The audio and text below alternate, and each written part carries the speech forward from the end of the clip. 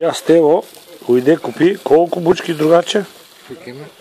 Кило бучки. И сега тия бучки ги тураме тука на чешмурката. Ги вързваме на чешмурката.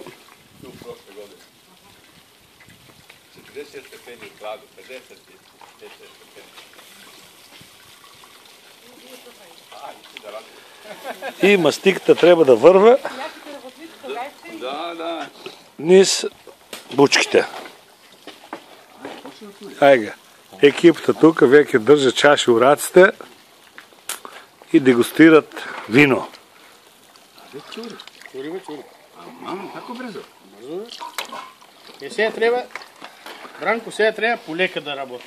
Да, сад полако, да.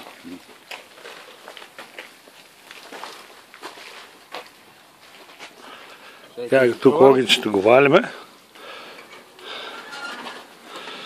Бране.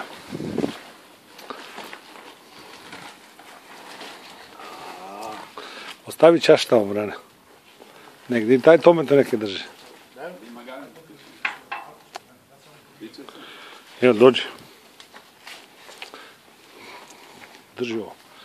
То снима, држи овако само. Само држи.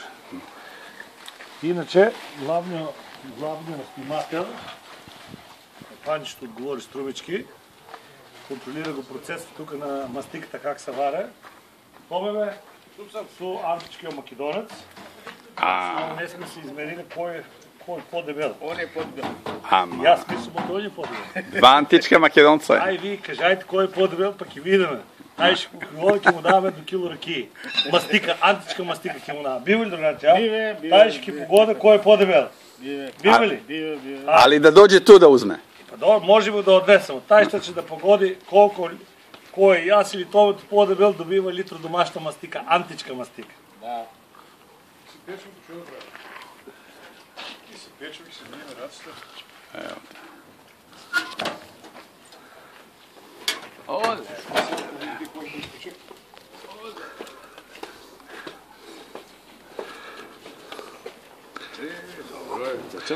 Ја го тука додека как се вика мастиката се прави.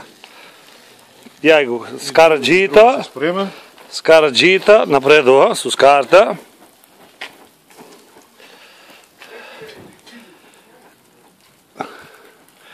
Ја го скара джита, тука знае да го духаш ли го, братче? Пуша. Кој е тај бе?